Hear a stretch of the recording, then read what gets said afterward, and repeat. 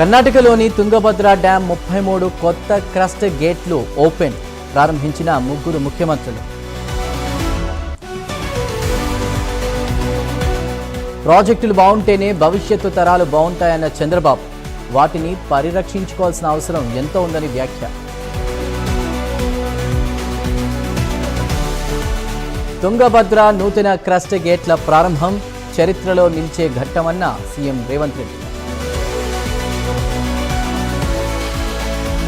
డ్వాక్రా సంఘాలకు వడ్డీ రాయితీపై ప్రభుత్వం మాట తప్పింది. రాష్ట్రం ఆర్థిక మాంద్యం వైపు వెళుతోందన్న మాజీ సీఎం జగన్. జర్నలిస్టులు అనేక ఇబ్బందులు ఎదుర్కొంటున్నారన్న కేటీఆర్, ప్రజలు మళ్లీ కేసీఆర్ పాలనను కోరుకుంటున్నారని వ్యాఖ్య.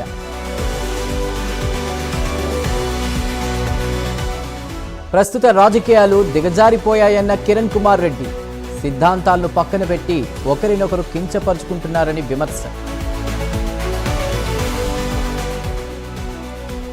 తెలంగాణలో ఇప్పటికీ సమృద్ధిగా వర్షాలు పడలేదు, యూరియా కొరత ఏమాత్రం లేదంటున్న మంత్రి Tummala.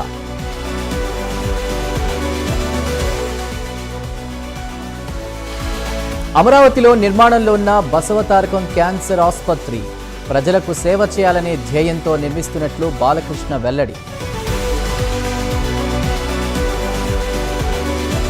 CI Nagaraju custody petition విచారణ వాయిదా, కౌంటర్ దాఖలుకు సమయం కోరిన నాగరాజు తరపు న్యాయవాది.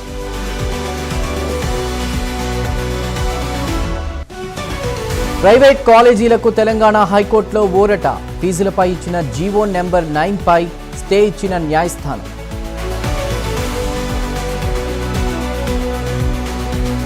తమిళనాడులో 300 కొత్త ఆర్టీసీ బస్సులు ప్రారంభం, డీజిల్, సిఎన్జి బస్సులను ప్రారంభించిన సీఎం విజయ్.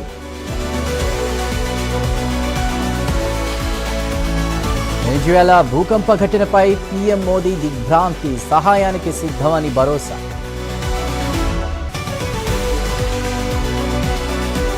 వెనిజువేలాలో భారీ భూకంపం, 32 మంది మృతి, 700 మందికి గాయాలు.